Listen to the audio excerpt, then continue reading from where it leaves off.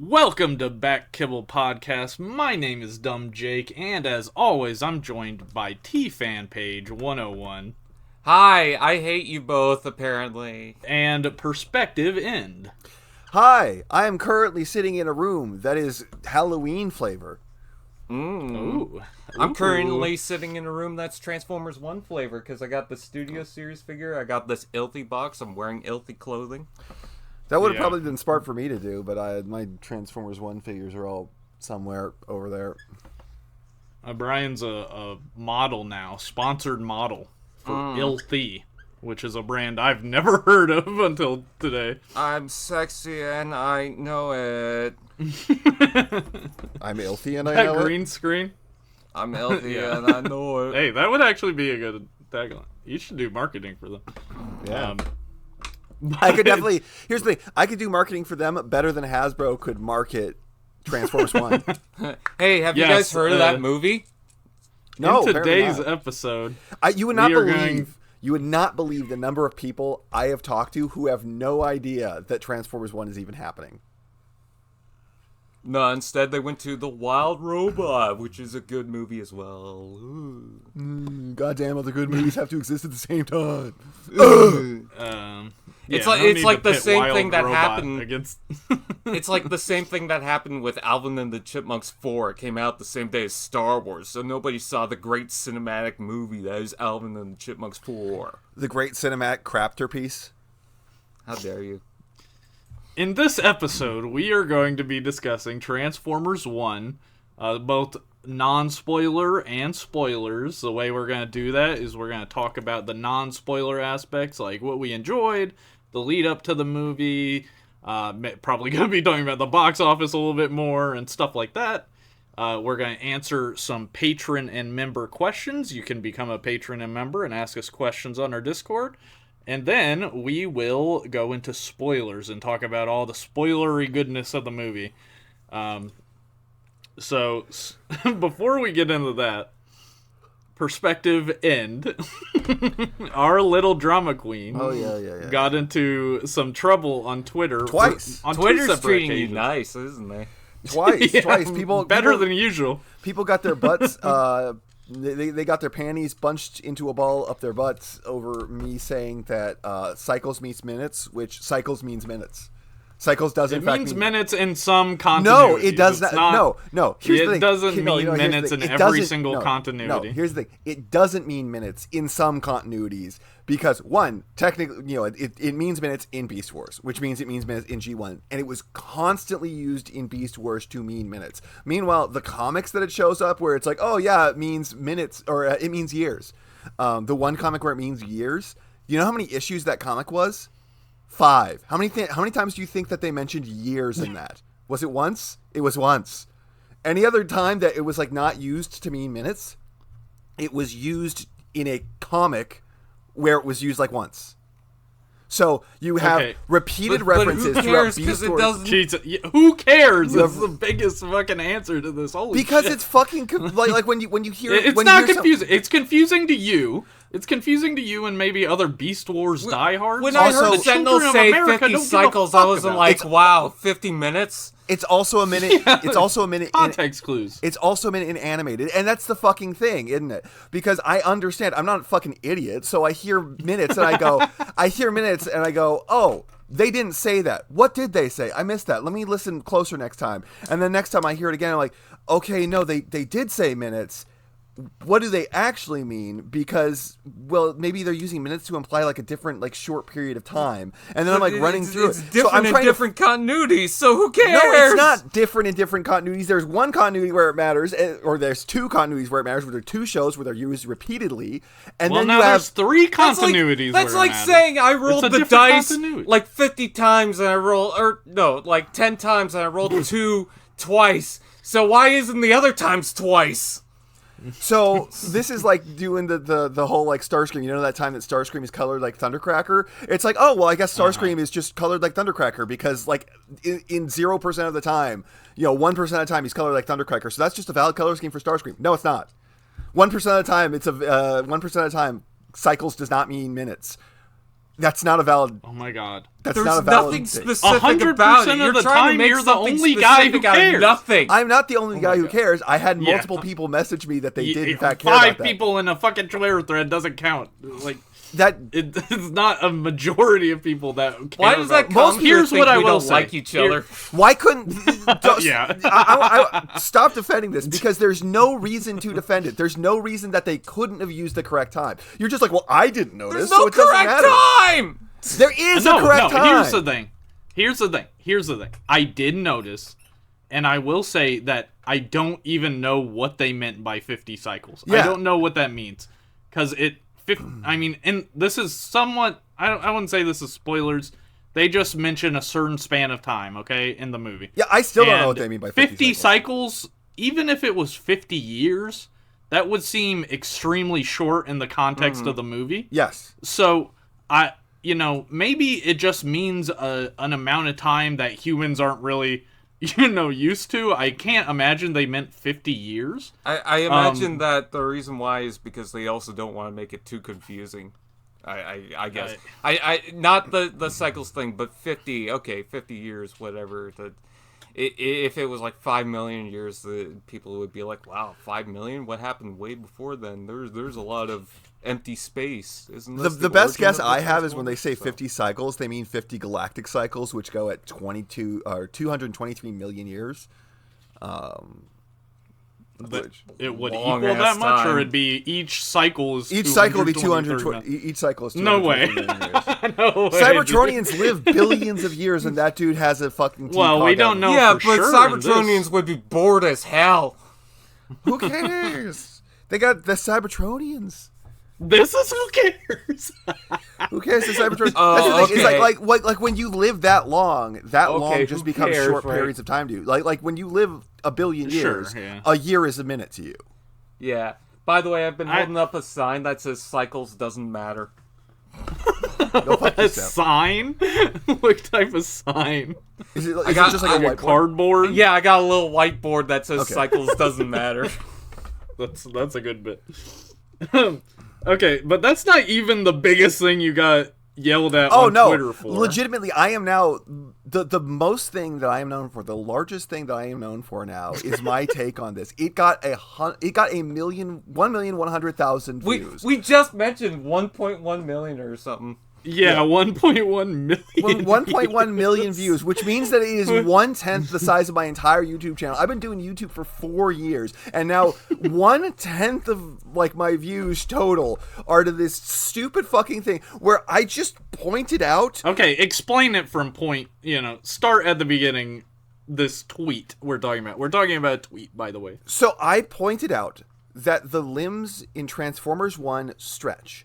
And people were like, well, at first pardon my voice. That's fine. I'm just writing a sign that says P hates TF1. So at first I was like, not enough context. I was like, the limbs in Transformers 1 are stretchy, and it bothers me more than it probably should have. And I didn't explain why it bothered me. I just said that it bothers me more than it probably should have. I do feel like you could have explained that better. That's my biggest thing. My tweet, not my tweets, but tweets are short. You have to keep them short, and it was going to be a pain in the ass to write it all out. And I thought I was going to have a conversation, so I say their limbs stretch. It bothers me probably more than it should have, which it's in there. It probably more than it should have, But then people started messaging me, and they had no idea what I was talking about. Just tons of people were coming in, and they're like, "What? No, that's just normal squash and stretch. That's a normal animation technique. You see, when they want to exaggerate poses and whatnot, they do a thing in animation called squash and stretch, and it's like, motherfucker, I'm an animator. I do know what that means. I know what squash and stretch is. This is not traditional squash and stretch. It's built into their bodies. It is like this mechanism where their elbows their shoulder stays. It's like you can see the pistons will be able to stretch and rotate. Yeah. Their forearms stay where they are. Their elbows stretch out. Then their shoulders stretch out. It's like their arms are on this cable. It's very strange. It's pretty clever. It's clever. It just doesn't you don't see there's not a 2-part piston. It looks like their limbs are on cables instead, like spring loaded cables. So that was that's a little odd. But to be clear, my stance is that it's fine to have that. It is fine to let them stretch however you want. If they just stretched the metal, it would have been fine. I don't care. Like, if their faces are liquid stretchy, I don't give a shit. Squash and stretch is a thing. I don't mind that. The thing that annoyed me about it was the fact that it's like only noticeable 3 times in the movie. So it's not consistent at all. You have these like sequences, and the problem with it is, once again, I noticed it. The first time it happened, I was like, wait, his limb just stretched. Okay, Can you remember when it does happen? Because honestly, I did not even notice it in the movie. Yeah, that's the watched thing. It that's twice. the thing. Most people didn't notice that. Like, tons of people didn't notice that. I noticed it. It's pretty early on. It's pretty early on the first time, and then and then that's the problem. Is that I noticed it very early in the movie, and then I was like, I'm gonna watch for that. I'm gonna watch for that happening more, and then it didn't happen. Like, I would see these scenes where it absolutely should have happened based on what I'd already seen, and then it wouldn't happen again. And I'd go on and go on and go on, and it's not happening. I'm like, okay, I guess I just missaw that. And then it happens again. It totally just happens again. I'm like, wait, no, it does happen. Wait, so what was with all that other shit? And then I'm like watching for it more, and it's not happening. And it's like distracting me because it's like, I know this should happen. I've seen it twice. I'm sure I saw it twice. And then it doesn't happen, happens a third time. And that's why it bothered me. And I noticed this the first watch through, I noticed this the second watch through, and the second watch through I was even more keyed in. And it just kept not happening, and that's why it annoyed me. And then I make this first post. I'm like, oh hey, their limb stretch, it bothered me probably more than it should. A good number of people saw that. It did about normal for me. I talked to several people, and it's just no one knew what I was talking about. So then I was like, okay, let's get a shot of this and show people what I mean, so that way we can know what we're talking about. And so then I just post the shot of it happening in like slow motion, and then I have it like run back and forth. It's just a gif that the arm pulls out, then the arm goes back in, then the arm pulls out, then the arm goes back in. It's a cool gif. I like the gif. Yeah, it's just that. And then I was like, yeah, so this is what I'm talking about. It's not normal cartoon squash and stretch. Their arms just have this like mechanically built in for some reason. And for some reason, it just slapped my microphone. For some reason, was just it's just like this for some reason. It meant nothing. It was a way to say like, it was a way to sum up like a larger concept of, like there is You're just showing. There is some mechanism in here by which this does it. And then at first that post blew up naturally. It was like a whole bunch of people who had never seen it before, like you, who were like, oh wow, that's really, really cool.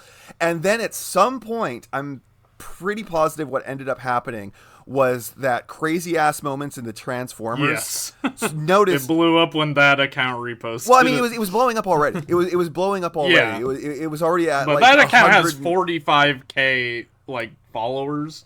Yeah. So I think it just exponentially boosted. Oh, it did because it was like at 150,000 when he retweeted, and then he retweeted, and it was like, oh man, I was really happy to see this tweet all the way up until I realized it was some chud hating on the movie, and I was like, well, he didn't say that. They just said that they realized it was negative, and they were like, oh, this sucks. Yeah, that was their take on it. Something like that. It was something like that, and that is when literally everyone in the fucking universe like showed up and was like, I can't believe you hate this movie because of this. And it's like, I don't. I gave the movie a 7 out of 10.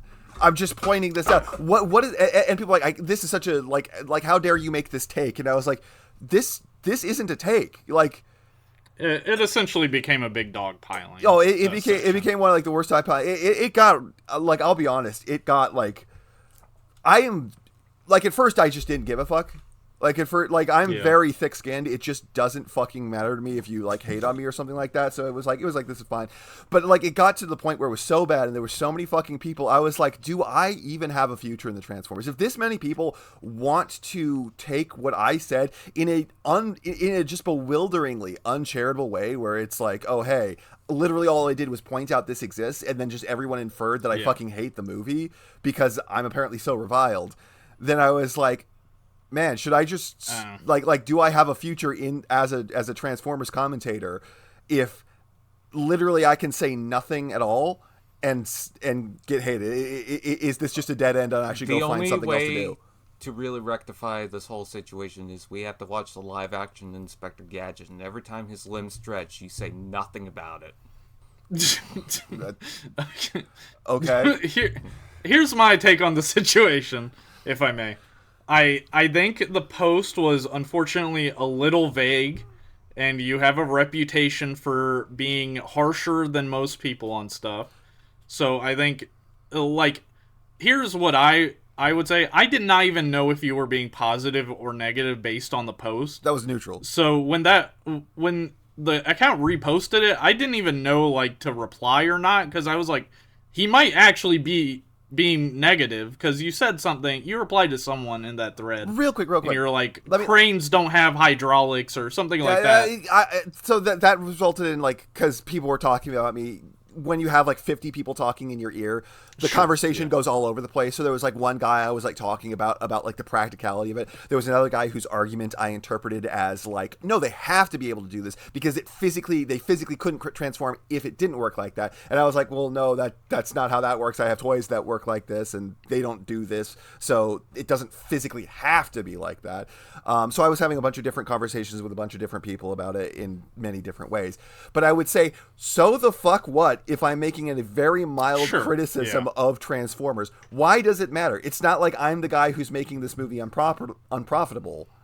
And why can't this community just entertain, like, oh, hey, this is a good thing that I like, and I even admit that I like it. I say it's a 7 out of 10. But we need to enforce positivity. If you are negative, you must be destroyed. I will say that I did think it was weird when I saw the tweet where they roped you into a bunch of people that obviously don't want the movie to succeed. That was so strange. I was so confused. It was strange because even if you were negative about it or making a negative point, these people were negative about the entire movie. You were negative. They were saying like Michael Bay should come back and shit like that. If anything, you were negative about just one thing. I was thinking about one tiny aspect. It was very vague about that. But like those people, even then, it just didn't match the rest of them. So those people were dancing on the grave of the movie, and I was literally just pointing out an objective, like, visual piece of the movie. I was just like, this is a thing that exists, and people just inferred that I was like, the movie sucks because this is a thing that exists, which isn't in the body of the text at all. I don't want to spend too much longer on it, but yeah, I agree. The forced positivity is a little much. I think the fan base is just young, and the movie is really popular right now. People are really enjoying it, and a lot of people don't like negative opinions about the things they enjoy, and a lot of young people are quick to just flame people who don't agree with them. And that's unfortunately just a fact of the matter. I don't think you should worry about it, to be honest. Yeah, these people are gonna flame you no matter what. Because when you saw the one person be like, when I saw them say, oh, you're just trying to backpedal on it, and I was like, okay, the post was unfavorable. The post was a little vague to begin with, so I wouldn't necessarily say that. I would kind of back off a little bit and just give him some space. I wouldn't immediately say, no, this guy's... Yeah, it's bad faith. This guy's stinky fart, poo-poo, diarrhea, poop. Yeah, that was just another one of those... You are stinky diarrhea poop in it, That was just another one of those instances where it was like... He was looking at like all the conversations I was having, because I was having different conversations with different people about different things and arguing them different ways. Also, as like I refined my like statements, because when you get through arguing about this for the 50th time, you're like, oh, okay, so this is what I like I was trying to phrase it earlier. I wasn't getting down what I meant quite right. Now I have it. Here's what I mean. But yeah, so he was seeing all that and doing that. I wouldn't specifically put it on. I wouldn't specifically put the impetus on young people for not being able to take an opinion, because I have seen quite a few of the olds. Yeah. I've seen quite a few of the olds also not be able to take any kind of like differing opinion to their own. God, speaking of olds, I'm 30 now. You're so old. Like how recently did you just turn 30? Because I'm about to turn 33 in like about 2 a days. week ago. I'm turning 33 turned 30 in 2 days. I turned 28 on the 22nd. All our birthdays are really close. My family is all born in October. It's really weird. Like really, not my mom and my dad. my mom is in August and my dad is in September. But it's me, one of my brothers, another one of my brothers, the friend that we had like longest growing up, my brother's wife, all in October. It's just this machine gun of like birthdays. So what you're saying is that people were busy in February. Oh, yeah. That's Valentine's Day. Valentine's Day works here. over here. But so I also wanted to say that, you know, like I was like sitting there and I was like, oh hey, you know, do I have a future in this fandom? And then it really helped when I finally started seeing kind of like a backlash to the backlash, where my fans were like, hey guys, why are you like? Who cares? It was really heartening to see, you know, people stick up for me. So I wanted to, you know, thank all the people who did. Yeah. Twitter is just a shit website as well. It just favors like extreme reactionary negative content or like complete bullshit. Complete I noticed you know, I like any sane person loved the shit out of Arcane, and then I noticed that there was a Twitter hashtag called Arctober, which is, you know, like October, but it's Arcane. So I was like, oh, what's that about? Like, are they talking about like when the show, or are we getting like excited, you know, stuff about the show? And then I like go to it and it's just like, hey guys, it's hey guys, it's October. And then you drop down one, hey guys, it's October. Drop down one, hey guys, it's October. Hey guys, it's October. Are you ready for October? And it's just like, it's 9 million messages of that from like 100,000 people. Minute. It's like, who is it October? It's just 9 million messages of that by various different accounts, and it's like, this is nothing. I was expecting like a conversation about this, and it's just garbage. It's actually Thoughttober if you're a Bionicle fan. Oh, thought. I thought you said thought, like the... Every time I hear that, I think it's Thoughttober, but no, it's Thocktober. Shout out to the White Paraka. Let's actually talk about the movie a little bit. Let's move away from all this sucks. bullshit. Oh my god, dude. Oh god. I have a fan who just was like, no, this movie sucks. How dare you? Like one of the first guys who ever subscribed to my channel, a guy I've been talking to for 4 straight years, was like, this movie is garbage. How dare you review it positively? I'm done with you as a reviewer. Because I cannot trust your opinion if you think this is anything other than trash. And it was really sad to see, because I've been talking to that dude for 4 straight years. He's agreed with so much of my points. I've like argued ideas back and forth to him that like have kind of convinced him more my way or me more his way or something like that on different subjects. And it's just this one instance. You have to be gone. You have to be gone from my life because of this. I gotta admit, that guy's a loser. Then I mean, that's one incredibly movie, really. I'm That's just really weird. I'm just bummed. I'm just sad. Yeah. Let's be sad extremely together. Strange. Even if you don't like the movie, it's one piece of media. I don't know. That was like my ultimate argument. I was like, dude, I think that you're like kind of taking this movie too much as like the future of the Transformers. I'm just looking as a piece of the future, where it's like we're still going to get movies like we got before. We're still going to get other stuff like we got before. Yeah, this is just a family movie that is also going to be here. Like, yeah, this is. If you don't like this, read the Transformers comic book. It's like, I feel like any G1 fan would enjoy that a lot. And you know, there's also going to be stuff going forward. You know, there's going to be new comics going forward that are darker. There's going to be you know, new movies, new TV shows that are. Well, I mean, the TV shows don't tend to be like super dark unless you get into like Beast Machines.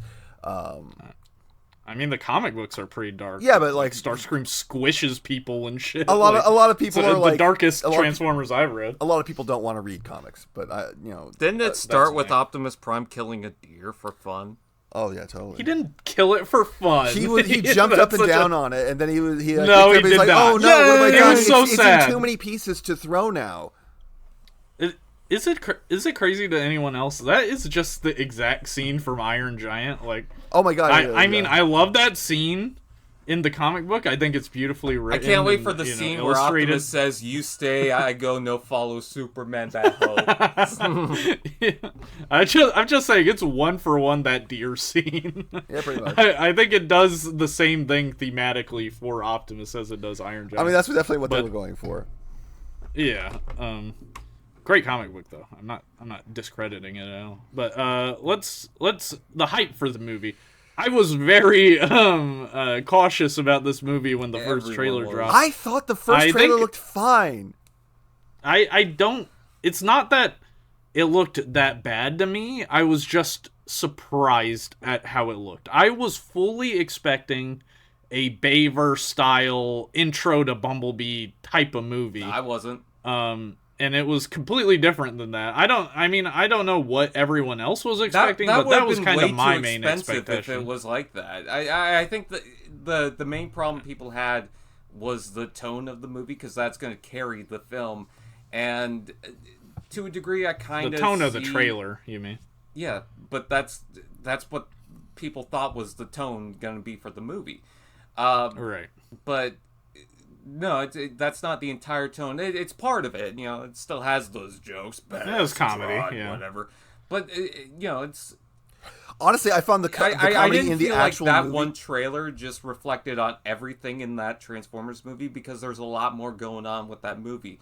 I mean, you still had the Decepticon Megatron twist or whatever. You still had, a bunch of other things going on. They weren't even showing in the trailer certain scenes because obvious you don't want to spoil it.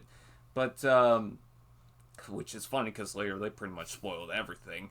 But yeah, the marketing for the movie is ass. For that first trailer, I thought, okay, they're hiding it, so all they can really say is a bunch of jokes. Because that's not going to spoil anything. Oh, B says Bassatron, this is important to the plot. But they weren't hiding I can't believe that made it into the trailer. Like, since when has Badass been allowed to be in a trailer? They said a couple words. I was surprised, like hell. I think they said a couple times. I actually found the comedy in the movie itself to typically be more odious than the trailer. But like, that's the thing. Is like, so many people saw that first trailer, like, this looks like it's gonna be garbage, and I was like, what? Like everyone everyone in real life I know thought the movie was going to suck based on that trailer. I'm like, it looks fine. Why does everyone hate this? It just looks. It looks fine. Perspective. I did not think the comedy was good. Perspective. My finger transforms. Guess which one? That wasn't in the first trailer. No. I'm just saying. That's one of the funnier bits in the movie. I think I don't want to spoil, but everyone's been saying it. I've seen it posted so many times, so I don't think it's a spoiler. Well, let's not spoil it. Okay. Let's not join in. We'll talk about it later. We can talk about that Optimus kisses D16. Oh yeah, that I love that scene. Yeah, it's really weird that they like took that like famous like GIF that everyone posts on Discord of like Sonic and Shadow, and they just traced Optimus and D16 over it. Sonic and Mario. I did do an edit of the movie where D said, "If I'm gonna die, I'm gonna kiss you." There were some lines in the trailer that just weren't in the movie. I thought it was weird when Optimus was like, "If I'm gonna die, I'm gonna be Transformers 1."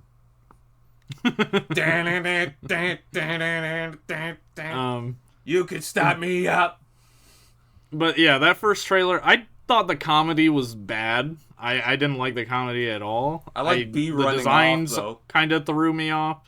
But I got more used to it as I saw it, and by the time I saw the movie, I was completely hyped for it. I had faith in it, so I wasn't like a hater or anything pre-movie watch. But yeah, that first trailer, I think it didn't do any help, and the later trailers also spoil a lot. Like the whole Orion Pax and D16 origin story, like the entire marketing is centered around that. I despise those. I took a friend to see the movie, and he doesn't know anything about Transformers.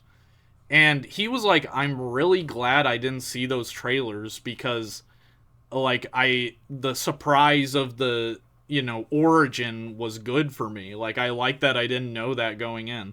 Yeah. And I don't know how you advertise it. I'm not saying I know better than the people, but, like...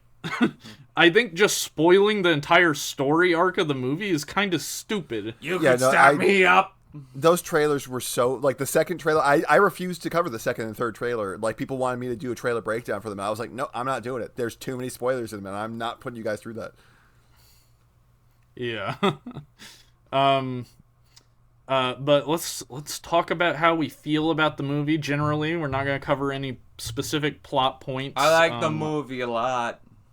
I also like the movie a lot. The movie was very good. I liked it. I liked it a fair amount myself. My one criticism is it constantly feels like towards the second half of the movie, that they're purposely trying to get D and Pax not to communicate anymore because they want to progress that they're just not seeing eye to eye on anything, and everything's kind of we'll get into it more in the spoiler section, but once like the revelations happen in the middle of the movie, once they get their cogs, I'll say that's in the trailer, right? Once they get their cogs, like, the tone shifts and it's interesting, but it does it so quickly that it felt like a little too quick for me, especially on my first watch. I can tell you exactly why that is. I can tell you exactly why that is. They get their cogs 52 minutes into an hour 30 movie. Yeah. There's no time left. The beginning, I noticed on the second watch, it felt very slow. Yeah, like, once they get their cogs, the movie becomes like a 9 out of 10 for me. But before that, it's like a 6 out of 10. Like, I don't hate it. I like it. It's still fun, but it's not Transformers. I didn't mind because I was settled into just the awe of Cybertron and how the system works and how everything's... why there's miners now, like going underground and what they're doing and what I like the hierarchy of Cybertron and the cities, especially when you look at the cities that are upside down from. Yeah, it's interesting. Cybertron. It's I love the way their roads golden work. Era because everything is gold. I love the way their roads work. Those are all. I don't know that you can call this the golden era, considering the fact that like half the population is enslaved. But the way that the roads work, where they build themselves, that would be an amazing video game mechanic for a Transformers game, where you transform and then the road builds itself wherever you want to go, so you can essentially fly as a truck. That'd be super cool. Yeah. It's like Frozone or something. You were saying that half the population is enslaved. They didn't even know they were really enslaved. Yeah, but that's still like they were enslaved. They didn't know they were enslaved, but that still can't make it the golden age. But what I was going to say was, oh fuck, I don't remember what I was going to say. Whoa. First time for everything, right? I was going to say, I like here's the thing. I actually liked both halves of the movie. The problem is that I can say that the first 52 minutes is one half and the other half is the last 35 minutes. That shouldn't be that Am I hearing a uneven. Dog? Yes, you are hearing a dog. I'm sure that the mailman just pulled up and the dog's barking at it. So, like, the first half of the movie should not be 52 minutes. Like you either shorten up the first half so that way the second half can have a little bit more room to breathe, or you extend the second half. But the second half of the movie being, 20% or probably 33% shorter than the first half is a bit of a problem. I definitely wanted more. Like, I understand why it's a little bit short. People complain about super long movies all the time. Like, of course, we as Transformers fans are gonna want as much as we can get, but you gotta the regular moviegoer or parent might not want to sit through a 2-hour animated Transformers movie. I get that, but you gotta admit that when I was watching the movie, I was in my prime, Optimus. That song at the end. Okay, so speaking of music, the fucking music in this movie is trash. It's so fucking bad. Boo! You suck. There is one the scene the scene the one the one that one has good music. Everything else is wallpaper. Like, I got out of the movie and I was like, man, like, I didn't even think about the music. I like it didn't even cross my mind. And my brother was like, man, the music sucked. It was completely unmemorable. And I was like, I literally don't remember it. So, like, yeah, I guess you're right. There is nothing worth keeping in my mind about the music in this movie. It is the background. Boo! Yeah, I don't really have a strong opinion. I never really pay attention to, like, the OST and or what the fuck? Yeah, OST. Unless it's like really stand out, like Blade Runner 2049. That's a soundtrack I like, but I didn't really notice. I know people have been praising it though. I think you're having a little bit of an outsider opinion with that one. I don't know how it's go to Twitter. Nothing. The music is not there. There is the scene, and the scene has like it's like okay, this is like a solid. And I actually liked the. liked the song that they used in the first trailer for it, but like it didn't have any 80s vibes. It just didn't. 80s vibes. Well, like that first. Why does it need 80s vibes? Because the movie has an 80s aesthetic. Like, have you seen the vaporwave ass sun?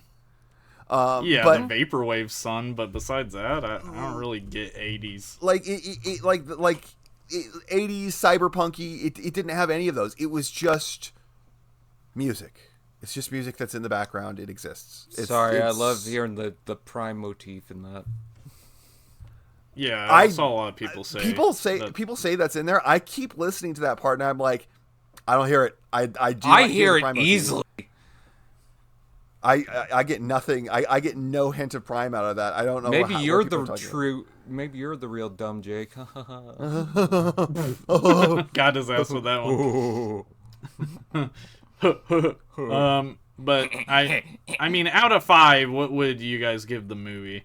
Out of 10, 4? Motherfucker. Who does an out of 5 scale? We're not Dr. Lockdown over here. Out of 1. Who does an out of 5 scale? We're not a guy that does an out of 5 scale. We're not Dr. Lockdown. I give it 7 out of 6. I might be Dr. Lockdown. We are not Dr. Good day, mate. That is not what he sounds like at all. Not at all. That's pretty close, though. It's pretty close. No, it's not. I will always fight Dr. Lockdown on a 5 out of 10 scale. Get out of here with that. Let's just do our own scales. I think we did that for the 2007 I give it a movie 7 out of 6. You bitched about it. 7 out of 6. I give it a 4 out of 5. Fuck you. Overall. Go fuck yourself with that stupid fucking number. Go fuck yourself. Oh my god. You have 7 out of 10. Opinion on everything. I give it a 54 out of 67. Here's the thing: a 5-point scale is just a 10-point scale that took a kick. It's arbitrary. Who it is fucking cares? Yes, it's just a 10-point scale. Because if you want to say a 9 out of 10, it's simpler. If you want to say the movie is a 90%, then you have to say a 4.5 out of 10 or a 4.5 out of 5. You know what? Fuck you. Fuck you. I give it a B+. I give it a B+. Fuck you. So a 7 out of 10. By the way, we like each other. By the way, we're friends.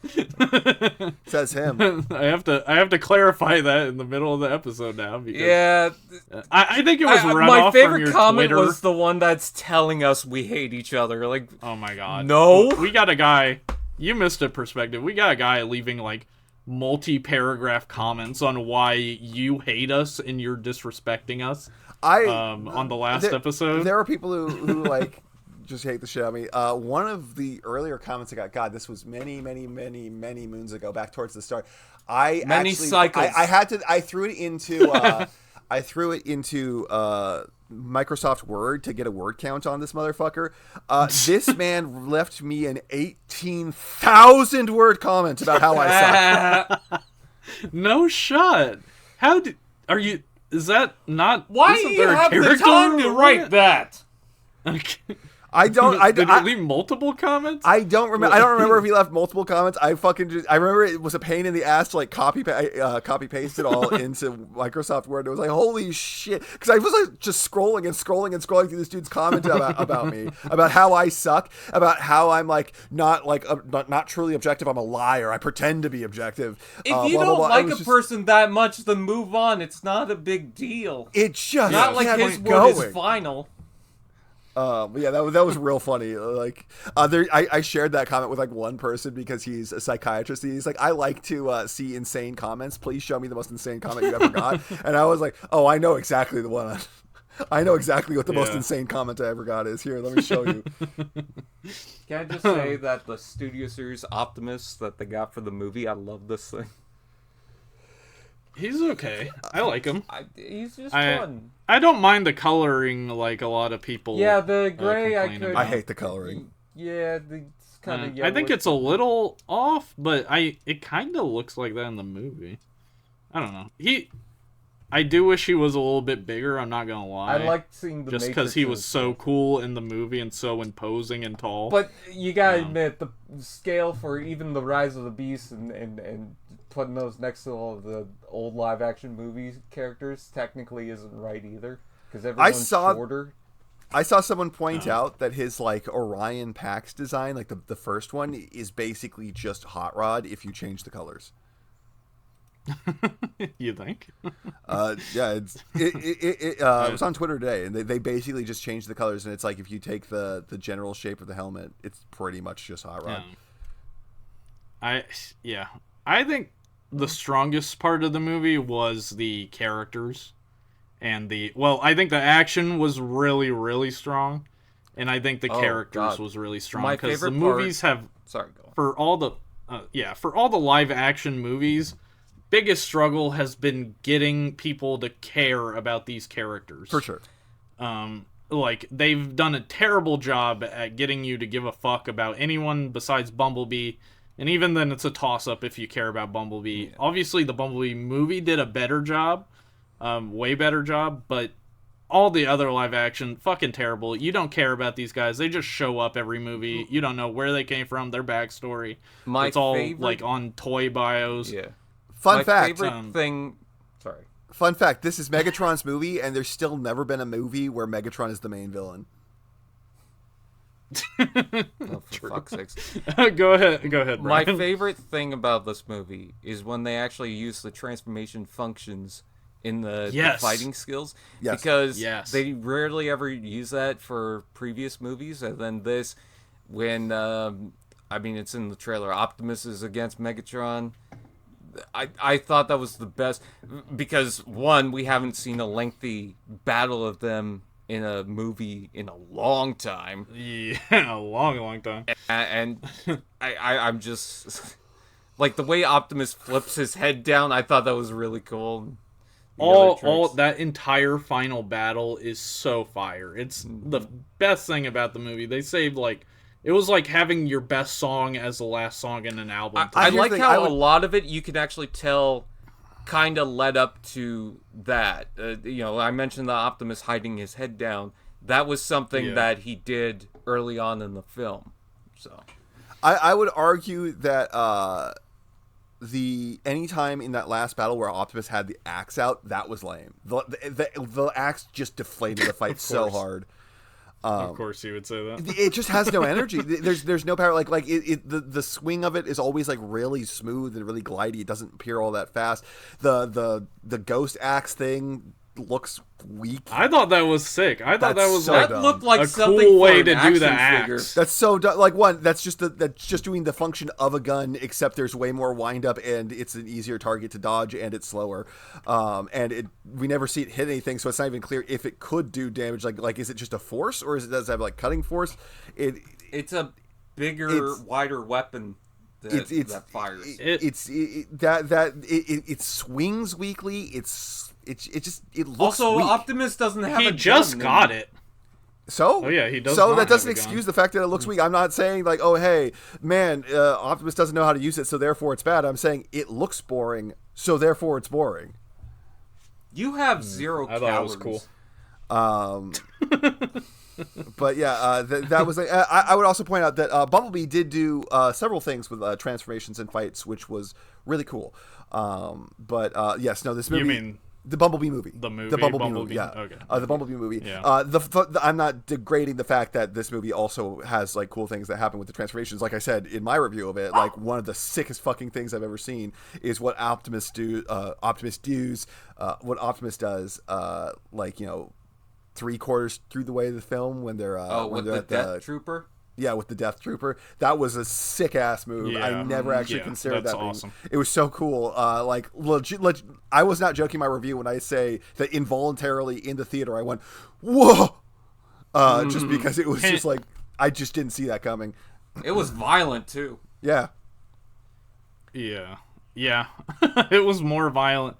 It got dark. Like, some of the things the characters say is, like, I was surprised they said that. I'd still say that the 86 movie was more violent because it was like, you were way more violent. You were watching, like, characters you know and love, and you were watching, like, the light fade from their eyes as they die horribly. But this movie was, like, it was also in that same vein of, these are robots, we can do what we want to them, because apparently the MPAA or whatever doesn't give a fuck.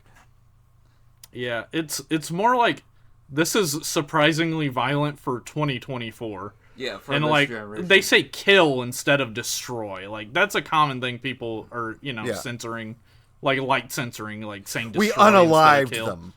Yeah, but they say kill. And we're saying kill now. Damn. YouTube, fucking suck it. I love the fact that, with the Seeker model and the fact that they could just reuse them, that you could see all these different Seekers and tell who they are. Slipstream, Skywarp, Thundercracker, Ramjet, Thrust, and Dirge. I couldn't make out any of these characters. I made out more from highlighted. the cards. I made them out all very very fine. One thing that I thought was very funny was that when you see it was like, Chromia won the Iacon 5000. I thought it was Mirage. That was Mirage. That was 100% Mirage. There's even another Transformer that looked more like Chromia because it had and there was red. one that looks like Moonracer too, and it's hilarious. It's just like, why did they just change that to Chromia? Like that was Mirage.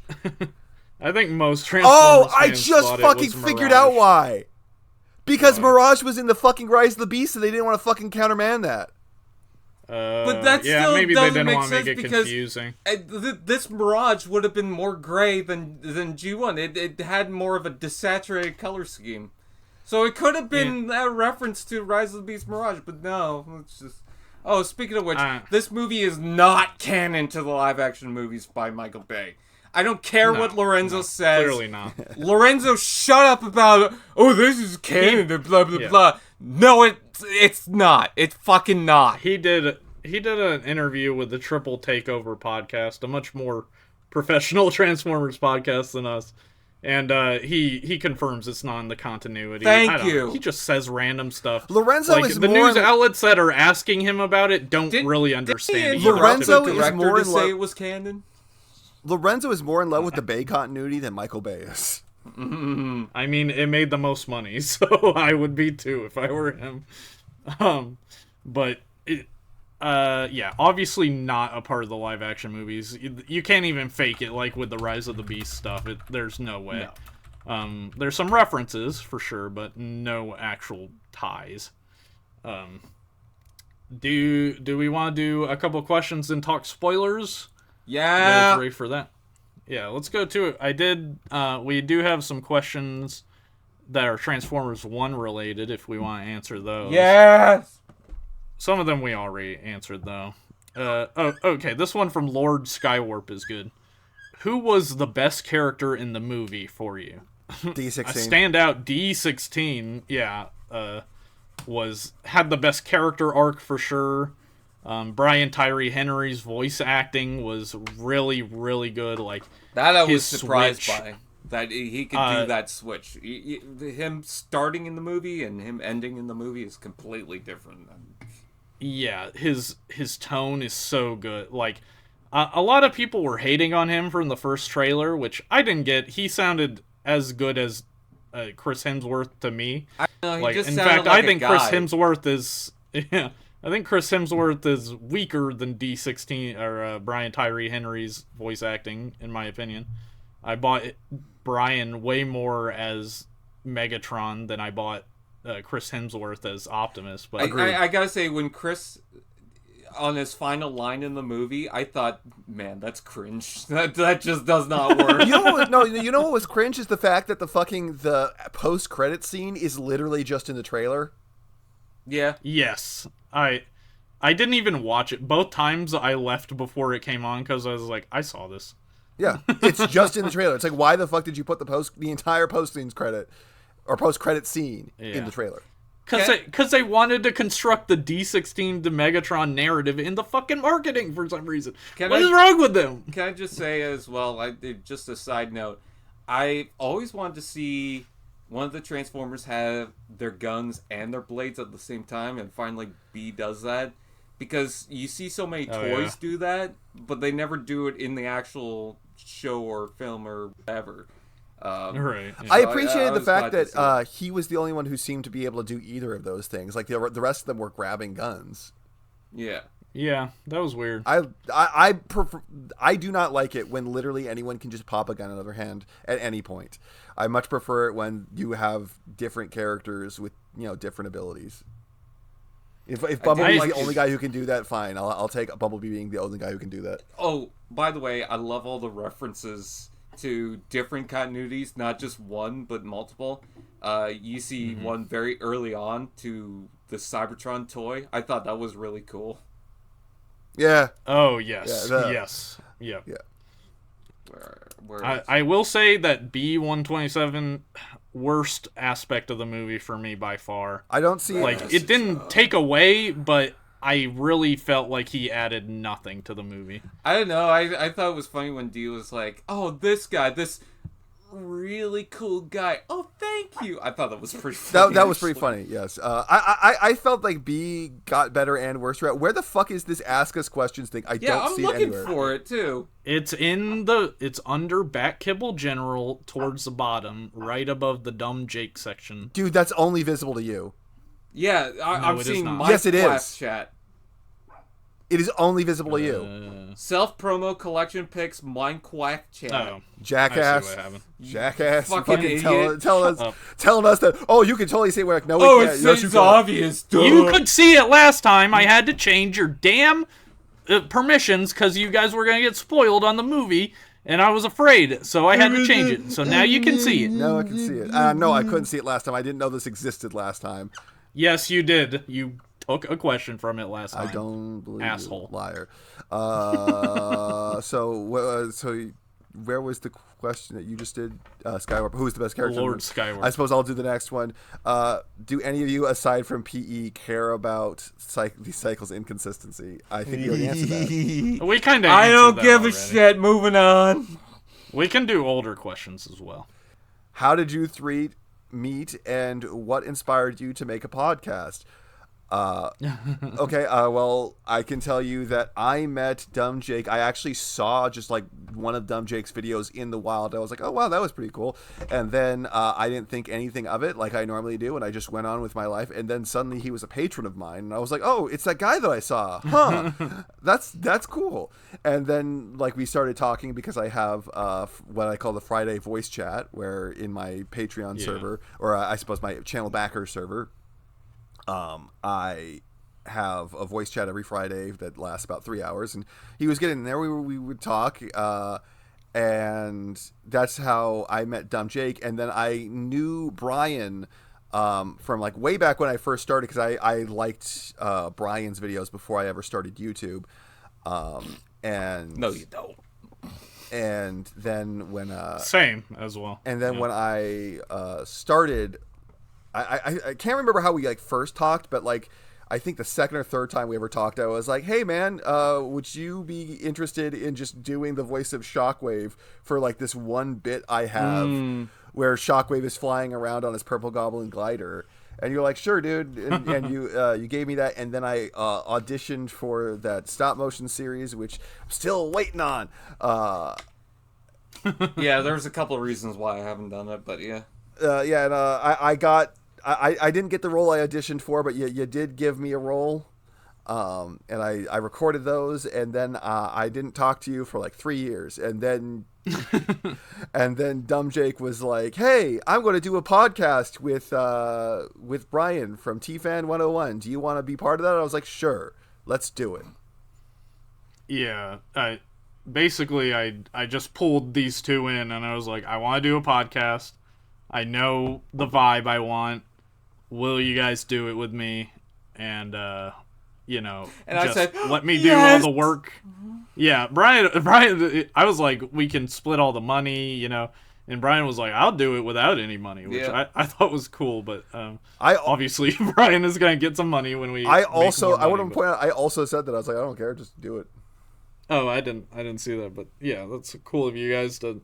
For me, if you're going to spend time, I want it to be, helpful to you and, like, give you some money to play with. So yeah, my time is valuable. That was the hope for the podcast. Are we going to wrap this up pretty soon? Blah, blah, blah, blah, blah. I have to go and eat some ketchup for a photo shoot. What? I have to go and eat some ketchup for a photo shoot. Well, pick a fucking model. Question then, motherfucker. What about the spoiler discussion? We can milk this by doing that next time. Oh my fucking god. Hey, you're the one who wants to go eat ketchup. I haven't even said how I met you guys or what it. Okay, fine. Get to it, bitch. How'd you meet us, motherfucker?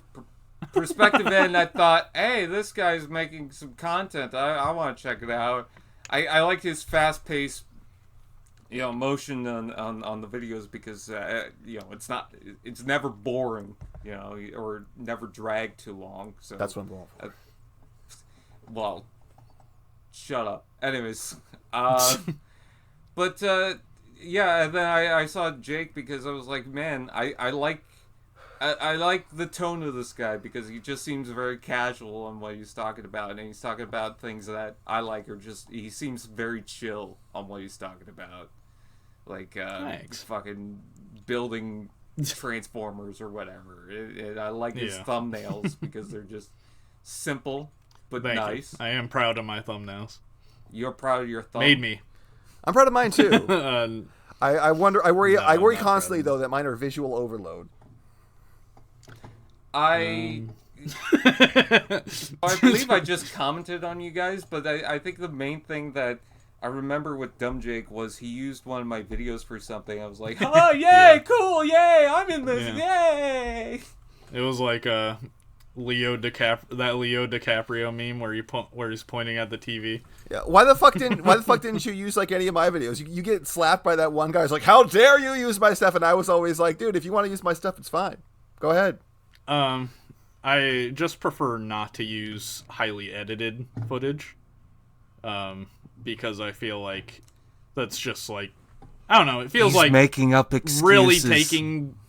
I know I'm not. I legitimately. I mean, I would if I needed. Legitimately, it is open to absolutely anyone, as long as you're not like putting like words in my mouth to make me seem like a piece of shit or something like that. I am perspective and I smell like stink. I am perspective and I eat babies. No, as long as you're not doing something like that, I fully invite all of my fans to or not. I fully invite anyone to just take my shit and use it if they have need of it or want to make memes or whatever. Anytime there's controversy with you on Twitter, I'm going to use the clip of you saying I'm perspective and I eat babies. That's cool with me. Okay, so Brian, are you saying you actually need to leave? Yeah, real quick. Let me help you out there. No. I'm perspective end. And I eat babies. There, it's even better. I didn't even have to pay for the Patreon for that line. So you're not saying that, Brian? To be clear. No, I don't have to go and need ketchup for a photo shoot, you dumbass. Well, I knew that, but I didn't know if that was like some other excuse or you're just. You're like funny. The comment that thinks we hate each other. You're taking it literally. I actually hate you. All right. I hate you. This is your formal warning. We are about to talk Transformers 1. By the way, that last question was from Rain. Thank you, Rain. They are also a mod on the server. Oh, I did not read off the name. I should have read off the name. I am an asshole. I didn't get a question, but I don't care. No, you get a question now. Fucking fine. Oh, do you? Grab a question. My bad. You motherfucker.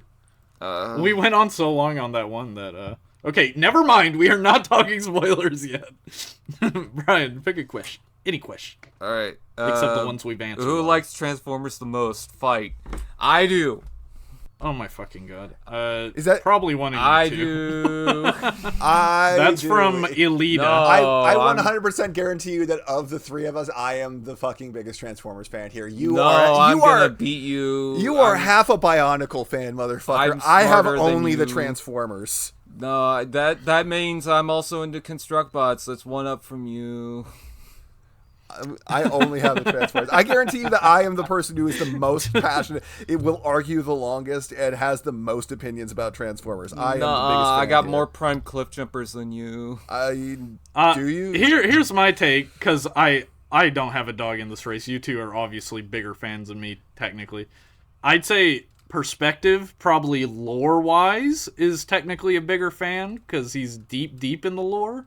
And then Brian, I'd say you're a bigger fan toy-wise, because your collection is pretty massive compared to Perspective.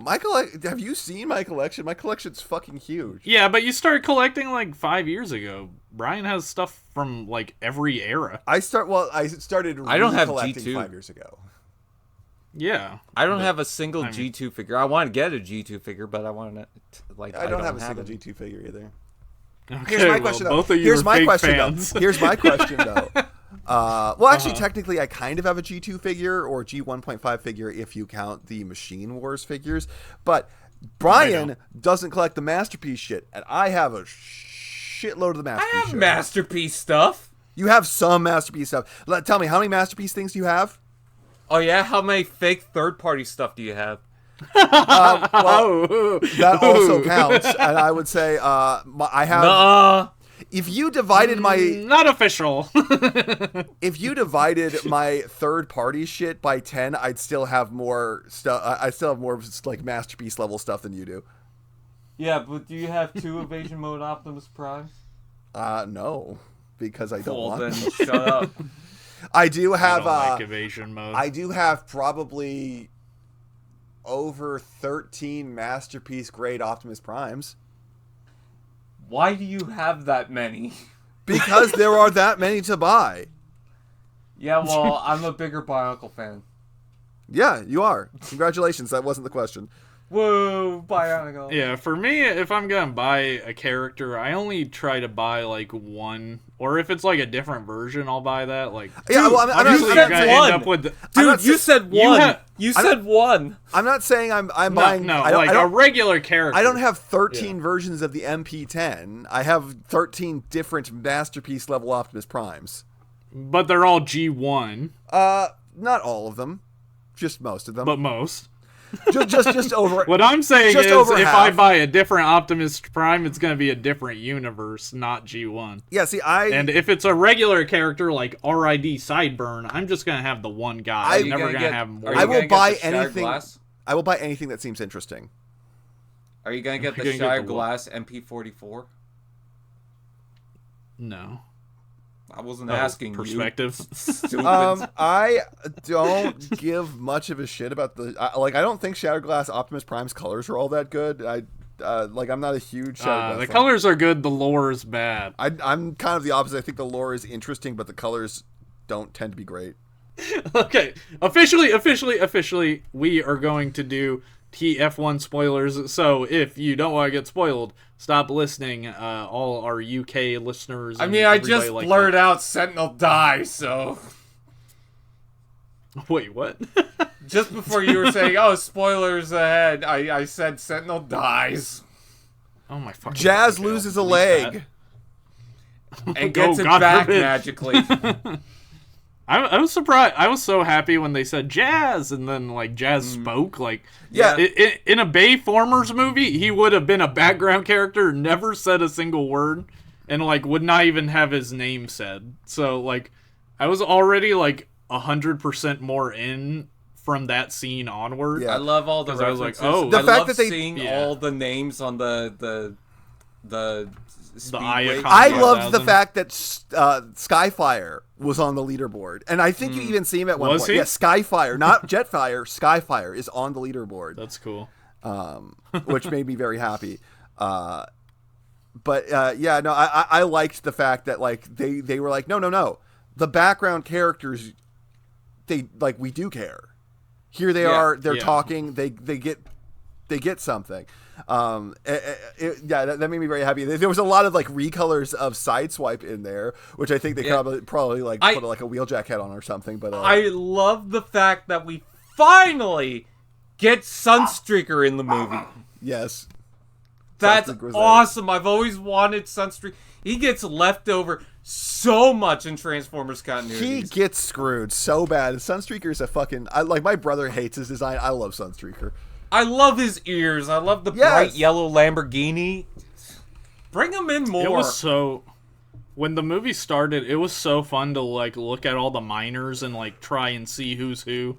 Everything moves so fast that I was like having a little bit of trouble. One of the problems, miners. One of the problems is that like I do think that it's like, oh, I'm looking in the background, I'm not kind of paying attention because I'm seeing all like, oh, that's that character, that's that character, that's that character. And then by the end, like you have 900 chances to see every single model that they have. So don't worry about picking out the people in every single scene because you'll see them 5 times throughout. Okay, correct me if I'm wrong, but when B points over to the side and says, "Oh, the door was like that, right?" And then you see the 2 characters there. Yes. I swear to God, that's Chromia and Moonracer. No, you see Moonracer as a cogless earlier. The green one is definitely Greenlight, but the weird thing is that you also see a cogless version of Greenlight earlier in the movie. I mean, also Greenlight has a man's voice. They did reuse models. They didn't. Well, no, but it's definitely like it's like a altered. It's like an altered version. Like you can Moonracer is in the movie. Moonracer's in the movie, and you also see Greenlight, but as a cogless form. So her head's a bit different. Her body's a bit different. I still don't know why they gave Greenlight a man's voice. I wouldn't say any character is a certain character unless they have one of those cards. They did have those cards, by the way. They had a. I never saw that one. Also, Nova Star is in the movie, and she's pretty obvious. You see her right up front. I thought that was pretty cool too. Who's Nova Star? Yeah, or Firestar. It's one of those. I think they keep changing. Is that a Seeker or is that a Racer? No, it's a female bot that's... It was the orange Moonracer repaint, remember that? Not the Lancer. Kinda. That doesn't really... I'm looking at the picture of her. I would never have picked that out as Firestar. Yeah. There's a lot... It's cool that they have deep cuts as well. Like, there's a Red Wing... You say deep cut, officially deep named cover. Red Wing. This looks deep cover, isn't it? This looks like it could be a version of fucking like girl Starscream. I swear to God. Slipstream was in there. I love seeing the main Seekers. You see Ramjet, Thrust, Dirge. Dirge finally gets in the movie. They do have cone heads. Oh, what's this? The fuck are you sharing? Oh, okay. Yeah. Okay. I've never seen these cards. I've seen all the cards of like the main ones and some of the Seekers, but I haven't seen any of these minors. So that's Firestar or Nova Star. Okay. Cool. But yeah, like tons of different characters. You can see them best. Perspective's right towards the end of the movie when Optimus is giving his speech. Mm-hmm. Like, you get a better look at all of them. You get to see Hound and Jazz and arcee all suit up. Ironhide. I love the fact that when Ironhide is cogged, you get the mohawk. One thing that drives me nuts about that movie is that there's like so many different like power-up scenes where they're like, yes, I got a new cog, now I power it up. And like you see the power-up happen and then they come out of the power-up and they like look 5% different. Mm. And it's like, what changed? Like Optimus got like bigger smokestacks. But did any... he's got a slightly new chest. I think, the Optimus, like, Orion to Optimus and D16 to Megatron is nominal, but, like, the cogless to cogged is pretty significant for change. By the way, for Megatron, for sure. I don't know why Megatron, like why the Megatronus cog made Megatron fucking weaker. What do you mean? He was able to blow fucking Orion Pax like in half with one shot of his fucking arm cannon, but his fucking new super Megatronus cannon literally doesn't even scratch Optimus. Does he hit? Yes, Optimus directly in the chest. Yep. Well, Optimus has a Matrix now, so he's powered up. That should... Like, Optimus is also more powerful. So is Megatron. Arguably more than Megatronus would be. But, I mean, like that's the thing, though. Like, Megatronus would be power up for Megatron, theoretically. And then... Yeah, it's similar. And then he was already, like, way overpowered to Orion. So even if Orion did get a serious power-up, now their power levels should be kind of, like, on equal grounds. And it's literally not... It doesn't even dent him. It does nothing to him. I think Optimus is more powerful than Megatron. That's the vibe I got. I cannot wait for an Alpha Trion. I'm hoping for a leader class toy.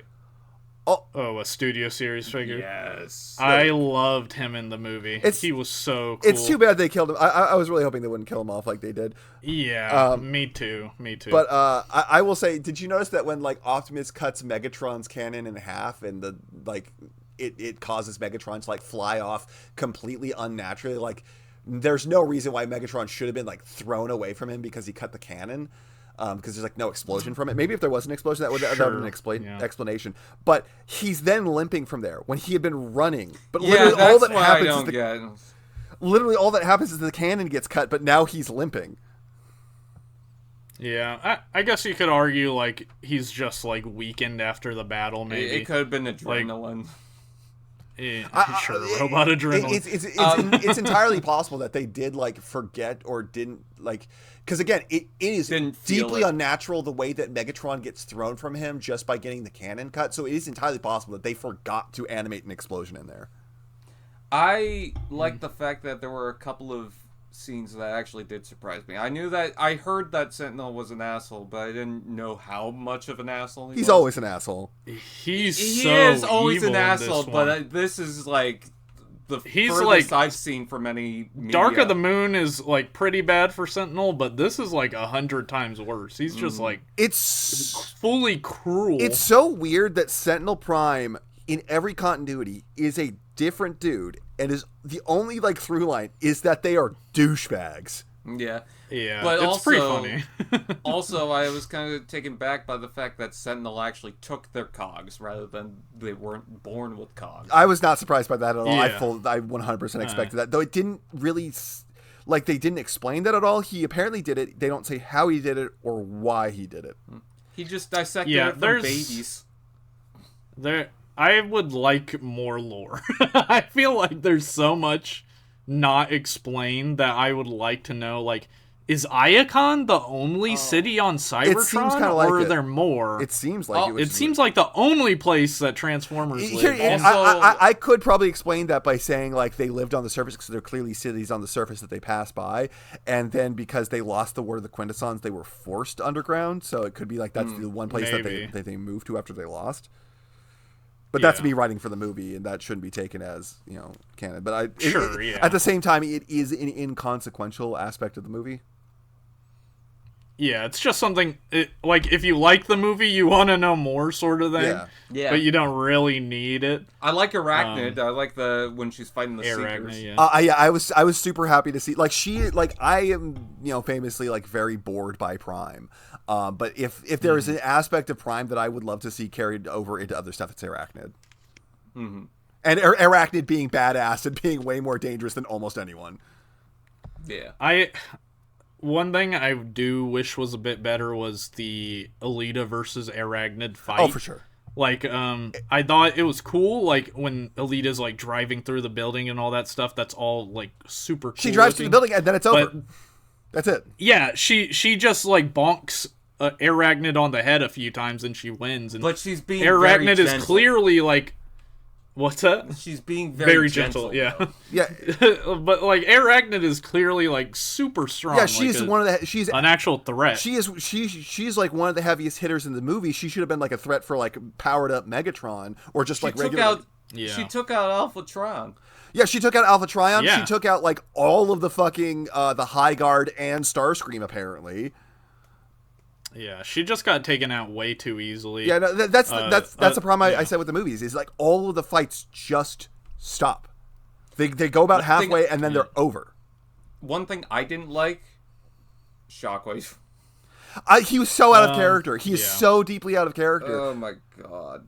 I'm right there with you. I will say this is an origin movie, so I agree he wasn't like the Shockwave I particularly know, but he could develop into a different character over. But that's the also movies. Writing for the movie, and also like at that point, why not do Senator Shockwave? I would point out I also really liked I liked the joke when he was like, especially when he was unconscious, but that's like the one thing that that was a good joke. That's the one thing that Shockwave did in that felt even a little bit in character, where it's like I can see Shockwave like still having like his anger or whatnot, but not having like his other emotions. But at the same time where it's just like, oh, he's cowed by Alita punching him in the face. Shockwave is a dude who consistently in Transformers lore solos the Dinobots.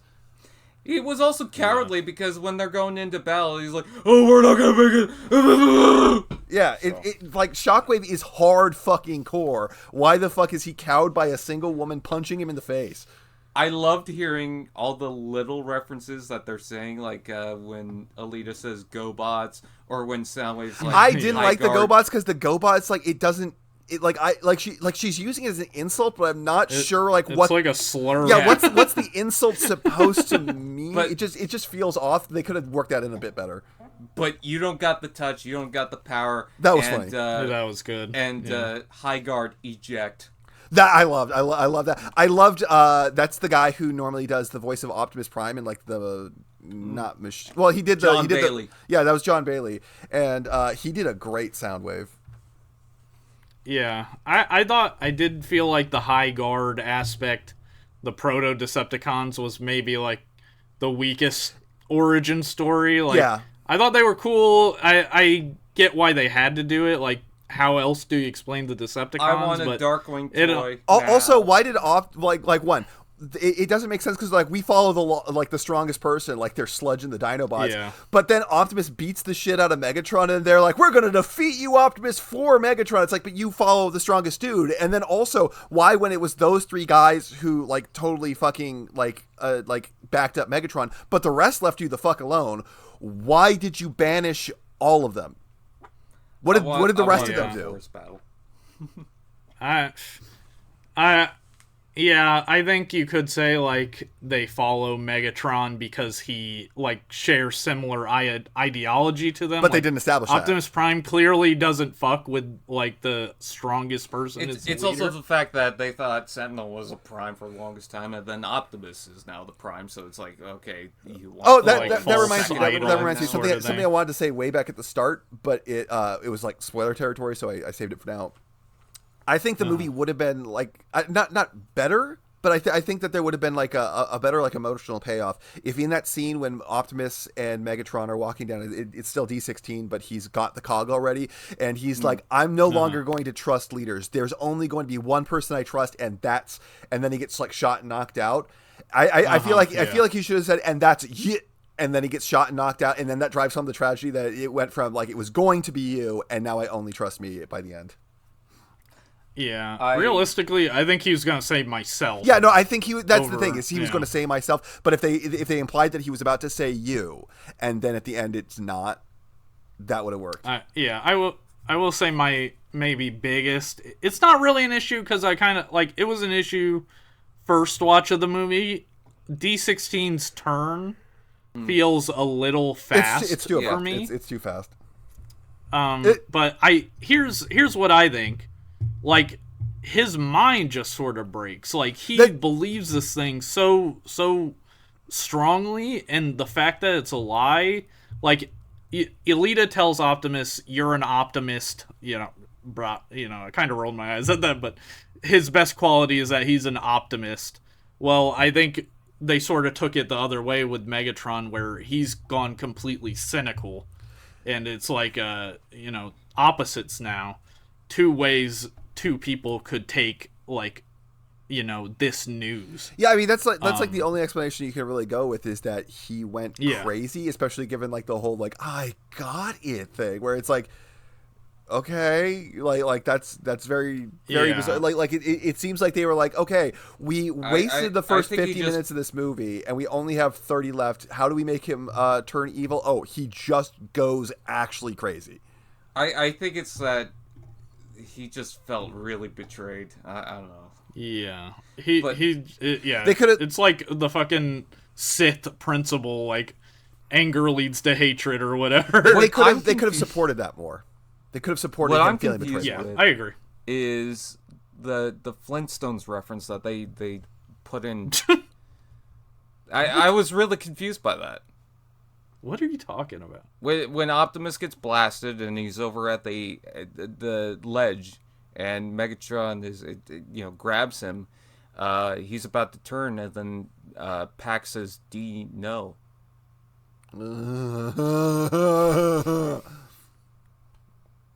Shut the fuck up. He also just said the word no, and I'm fairly certain that I have heard them use the word no in the Flintstones at some point, so I think he's right. That's true.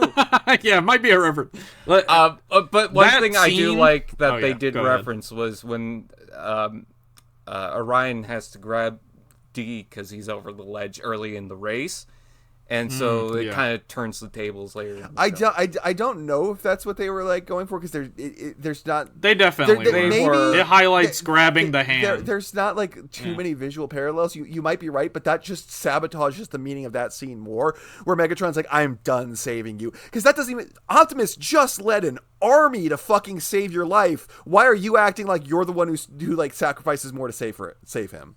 Because now he's defending Sentinel. Or at least to him, he's defending Sentinel. Yeah, it's kind of hard. Like, I don't really basically know the motivation once arrogant. Sentinel is dead. Especially after D's like arrogant. Sentinel's dead. He should be like, okay, one, I can explain this, but like Sentinel's dead, and then he's like, oh hey, my friend who I was just sad about murdering, but I was like done saving. I'm gonna kill you again. And that doesn't exactly make sense unless you like you could go back to the point where he was like, no more false primes.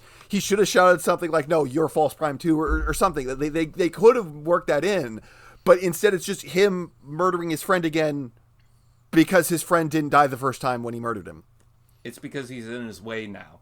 But he's not in his way. Yeah. He's standing there. He's directly trying to stop him. No, he's not. Not at that point. At that point, he's just landed and he's like, wait, you're still alive? Megatron's blowing up buildings. That's the whole reason why he stopped him from killing Sentinel was that, no, we can't be worse than him. But now that's his assumption. His assumption is, oh, hey, you're going to try and stop me from blowing up everything. So Optimus has not at that point yet tried to stop him. And what was D doing? He was blowing up everything. No, but I'm saying that's his assumption. That's assumption. Optimus at that point had only come back to life. He was just standing there and he was like, hey man, and then he was like, you will try to stop me. He had not tried to stop him yet there after he'd come back. He had not announced. I mean, I'm not saying Megatron is in the right, but like he made the correct assumption. Like I mean Optimus. I mean probably, but you think he was just gonna stand there and watch? I mean, if you're going to sit there and be like, hey, man, I'm going so overboard right now that my friend is definitely going to try and stop me, maybe, like, you know, that's not, like, maybe that should, like, be some kind of conflict. You know, maybe there should be some kind of address to that, that he does recognize that he's going overboard. While I felt that was a little weak, I feel like in future movies, we can definitely see, like, a redemption arc for Megatron, or we can see him go darker and then get a redemption arc. That's the thing, is I don't think that they should have gone as dark as they did with him in this movie, and in the sequel, they should have gone to the full dark. I feel like the next movie, they're going to be working together. And the reason why is because... That's what I figured, too. I figured the next movie is going to be about the war with the quintessons. They're going to beat the quintessons. That's going to be like that's going to be like the complete end to the friendship. There's no going back. Now the third movie is they're going to be trying to kill each other. The Civil War. Yeah. I think it's going to lead to Prime just wants Megatron back as his friend, and he keeps egging him on about it. But that's not going to happen. Yeah, that scene where he accidentally shoots Orion. That was the highlight of the movie for sure for me. Like, the best character scene. Yeah. They did it perfectly with the darkness around him. And I also like that everyone turned gray when they died. Oh yeah, I noticed that. I noticed that Sentinel like I only noticed it when I was getting the GIF for him like ripping the cog out of Sentinel's chest, and then it like pans up, and I was like, wait, did he turn gray there? He totally turned gray, like after he ripped the cog out of his chest. I mean, Orion turned gray as well. That I always just attributed to the lighting. I was like, it's a flat one. The lighting is weird, but I think he's great. It's not that weird. It's kind of like you ever see that video of this thing going into the ocean and you see all the color pretty much disappear? No. No? The yellows and reds will disappear if you go deep in the ocean. So, you know, everything's blue down there. So I guess, you know, you didn't really catch it. Yeah. I mean, like, the light rays probably don't reach that far, so... Yeah. Yeah, I just assumed that was... I didn't assume... Because also, I don't think he was actually dead at that point. Oh, also... It's hard to say. I love seeing that all the primes are designed differently, and they actually have a CGI model for each one. I thought that was cool. That was good. they very easily could have just made those like 2D images. Although one does look like Blitzwing. I thought that too. Weird. I was like sitting there like, why? I think that's Nexus Prime, and it's like, why does he look so much like Blitzwing? One thing that I thought would have actually maybe helped with the betrayal of Megatron and Optimus is if instead when Megatron shot Optimus or Orion in the chest and Orion like fell off and he like caught him, what if Orion like turned gray while he was in Megatron's hand and then he was dead and then Megatron blamed Sentinel for that instead of himself? I think that would have also been a smoother transition into his, like, I don't know, because then the argument would be, okay, he's just discarding that thing. It's not like he can really save it or whatever. Well, I mean, like... Yeah, I think the difference is he's making the active choice to abandon Orion. Which, Pax I think is... I think, scene, one, that's... Which I think is powerful. I think that's too fucking, like, strong for this moment in this movie. And then also you could have the fucking scene where Optimus comes back and that's when he's like, no, I am going to fight you about this. And you can still have the betrayal there. Yeah, I do feel like it could use some better motivation. That scene is, it's so close to being very good and there's just like some flaws. There's some cracks in the glass. Yeah. It's not enough for me to not like. I like the scene. I still like the scene. I really liked it. I still like the scene. There's just cracks in the glass. But real quick, since Brian has to go soon, I did want to talk a little bit more about the 13 Primes and also the cyber, like, Primus is Cybertron, which was such a cool thing to see at the very beginning of the movie. Like, as soon as that came up, I was keyed in. I was like, okay, these guys know their shit. Vector Prime looks like the Cybertron Vector Prime as well. So we talked on the bonus on Hot Takes, more Hot Takes, how we don't really, like, me and you, Brian, don't really care for the 13 Primes. I don't This movie that made was me Jake, not me. What? Oh. Yeah. Sorry. I meant to say... Yeah, me in perspective. I won't say that I care for them, but I'll say that in this movie I was the most okay with them that I've ever been. Yeah, this made me care the most about them. Like, Megatronus was such a cool design. I love, like, from the design alone, I want to. That's definitely the best Megatronus design they've ever had. One thing that was very weird to me is that it wasn't Nova Prime. Who is the Prime who had the Matrix in this one? It's Zeta. Zeta Prime. Zeta Prime, like Zeta Prime in Transformers is the last false Prime to never actually have the Matrix before Optimus. So it was very weird that they gave Zeta the Matrix in this. I think it's just a name thing. Yeah, I do like the one thing about the particular designs was Vector Prime, because if you look back at Vector Prime, it is so based on his Cybertron. For sure. I noticed that myself. I said that. I said that. Megatronus, I can kind of see aspects from the Robots in Disguise one, but also the back of the head is actually Megatron's helmet. Yeah, I saw that on Twitter, that it's actually rounded off, like, it's more like D16's helmet, looks like to me, but, his cogless mode, I mean, it kind of looks like that. Mm-hmm. But, Amalgus Prime, I think his name is. Yeah, he's got such a weird look. Alpha Trion. In lore, is Alpha Trion a Prime? Is he one of the 13 Primes? I believe so. In that, it's weird that he's the only one that has. He sometimes is, sometimes isn't, and in that he appears to be. Micronus, I thought was kind of cool because it references the Robots in Disguise mini. Oh, also, I hate Zeta Prime's fucking face in this movie. I didn't like his design. He was one of my least favorite. He's got like gigantic lips and way too much of a chin. I like that Solus had the hammer. One design that I did not like in particular was Liege Maximo, because he's got little tiny horns. He should have the full Loki horns? Helmet horns. I think they didn't want to get sued. Probably. Although, if they reference GoBots, and Guardians of the Galaxy mentioned GoBots as a real thing, They wouldn't get sued for a design like that. It's just, I don't know. No, they just chose not to are do they that. all canon now? Is Transformers canon to the Marvel movies? Oh, definitely. They also had Quintus Prime, who kind of looks like a quintesson, which is yeah, interesting. And then he's kind of like a praying mantis. Or Solus something. Prime is just Hot Rod. Yes, he looks so much like Hot Rod. Which I don't mind. I think it's cool. Oh, she? Yeah. Sorry, my bad. Idiot. Yeah, Solus Prime is just Hot Rod, and it's weird because like Solus Prime, like Solus Prime is the Forge Master. She's supposed to be wearing like a large flame retardant apron, essentially, just out of armor, and they got rid of that.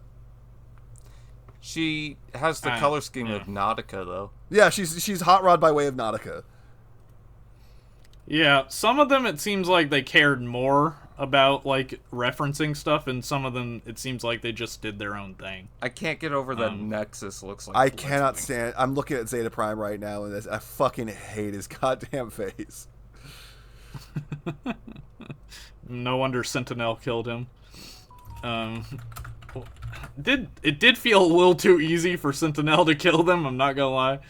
So especially since they're the Primes. He's just a regular dude. How the fuck did he drop them like a bad habit?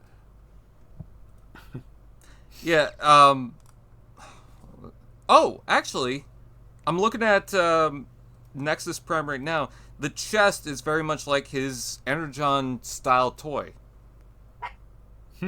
So even he references the original stuff. Look! So apparently I think I don't like that. Optimus's axe is Zeta's. Oh. Yeah, one of them does have an axe. Not just. But I thought it was like, is it an Energon? It's axe, I'm posting it right now. It's an Energon axe. I had two sentences going on at once. So if I started one sentence and then ended with a different thing, there's a reason why. Because I just saw the Nexus. He totally does have the Energon axe. Yeah. I mean, that's kind of neat. It's even got the fucking hole for the toy for Optimus. God, I hate his face. Amalgamus, by the way, his whole thing is that he's the prime of basically transformation. So his body is always constantly changing. I don't like. I do not like the notion that the Transformers couldn't transform without the intervention of a god. They're robots. You could just do that. Yeah. With the Alpha Trion, I saw people who were like, "Oh, they can't transform because they're the primes." Why not? Why not? Alpha Trion shouldn't be able to transform. Exactly. His alt mode was so fucking sick. I love it. And I love that it's also still a reference to the toys. Space Robot Tiger Unicorn? Yeah. That's pretty cool. Yeah. It's a lion. No. Sorry. Space Robot Tiger Laser Unicorn. Lion, not a tiger. He is absolutely a tiger. Go fuck yourself. Where was his mane? Yeah, where was his mane, bitch? Fuck you. It's a cape. Yeah, I like the cape. For a Studio Series figure of him, I wonder if they're gonna try and do the like mossy look, or if they're gonna do like a cleaner, before he gets attacked. I feel like almost that's a reference to Beast Machines. Like, I get that's a natural thing that could happen on the surface of the planet, but specifically because vegetation was big in Beast Machines, I don't know. Yeah, it's interesting they had that stuff on Cybertron. I liked it. I like a Cybertron with more than just metal on it. Mm-hmm. I think that's cool. But yeah, I just really want to see more of that world. We talked about the box office a little bit. It's not doing amazing. I think it's doing better than people are acting. It's almost made its money back right now. Yeah.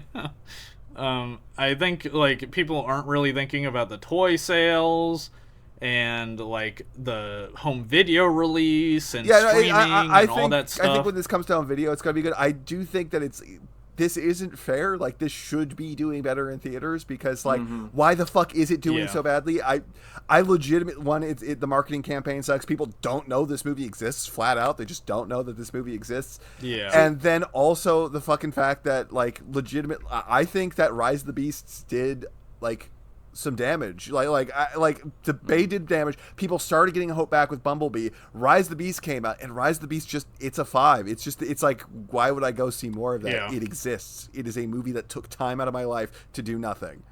What I don't get is the people who advocate that this movie should fail because it's not a Michael Bay movie. Yeah, no, that's it's fine if you just don't morons. like this movie. It's fine if you want more Bay stuff, but to advocate that this movie should fail and be happy about that, no, go fuck yourself. Bay fans really. are the new. We're gonna get more live action. Like, it's just a fact. They're working on a G.I. Joe X Transformers. Like, we're getting it no matter what. Bay fans are just the new G1ers. They're just the G1ers 2.0, where it's like anything but the thing that I like is therefore terrible and should be destroyed, and it should only be my thing. And if you like anything other than what I like, go fuck yourself. That's the Bay fans. And I can kind of understand. I can kind of understand why they're like that, because they got a lot of shit from the Bay fans. Like, the Bay fans love to. If there's one thing that the Bay fans hate almost as much as they hate Beast Wars, it's the Bay, or not. Sorry, if there's one thing that G1ers hate almost as much as they hate Beast Wars, it's Bay fans.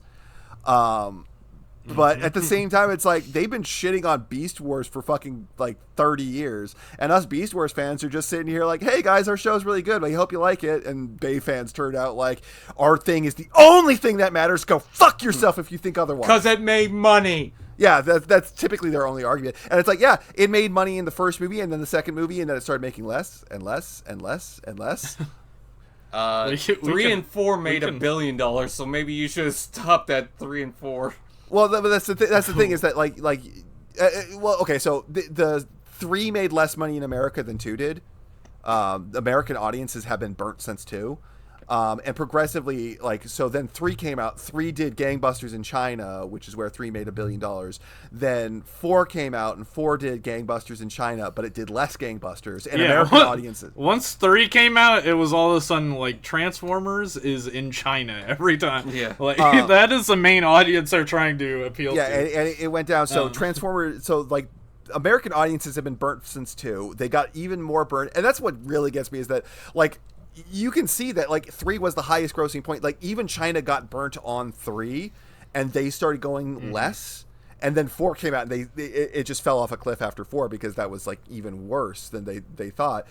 But that's the thing is that everyone goes oh yeah, but 3 was really good. No, 3 was not really good. 3 had parts that people like, but it has been on a decline ever since the peak of 3, which was mostly due to China. I think 3 is better than 2. Well, 3 for sure is better than 2. 3 for sure is better than 2. It just gave it compared to 2, it's this is a masterpiece. Yeah, compared to one of the worst cinematic turds to ever fucking get produced by Hollywood, 3 is definitely better. By the way, next episode, next week, we're doing Revenge of the Fallen. I need to point out, you gotta watch the movie. You can try those who are and concerned. try. You gotta watch the movie. For those who are concerned, the fans will be disappointed. Oh, sure. For those who are concerned about the box office with this movie right now, it's not even in the UK yet. For real, which is weird. Well, here's the thing: is it's not in the UK, but it is in China, and it's still not doing enough good. Mm-hmm. Yeah. But yes, this staggered release shit is so fucking word stupid. of mouth. This staggered release shit is so fucking stupid. Yeah. The word of mouth is so strong on this movie. You gotta hope it has I think a sequel is gonna do way better. Mm-hmm. I think a lot of people are gonna be watching this movie on streaming and video on demand in the next few years. And I really do think there should be a sequel. I think there's too much fan hype around it to just ignore it and just do Bayformers. Oh, just semi-related. You know what I fucking hate is that when a Transformers movie comes out, they're like, yes, it's time to put all of the tat in stores. So fucking, if I go to Walmart right now, it's oh hey, there are Optimus and Megatron drones that I can buy in the Transformers aisle. It's no one gives a fuck about those. No one is going to buy those shitty little quadcopters of Optimus and Megatron. Yeah, a bunch of the main line is ass right now. Yeah, that's there's 4 figures in the main line. Okay, let's wrap it up. Sorry to go so long, I guess. No, it's fine. I'm sure we'll talk more about it. We'll do some bonus episodes and talk even more about the movie because I'm sure we all have more to say. Thanks for watching. Check out our Patreon and our YouTube memberships for more bonus content. And thank you for watching. Go away. Appreciate it.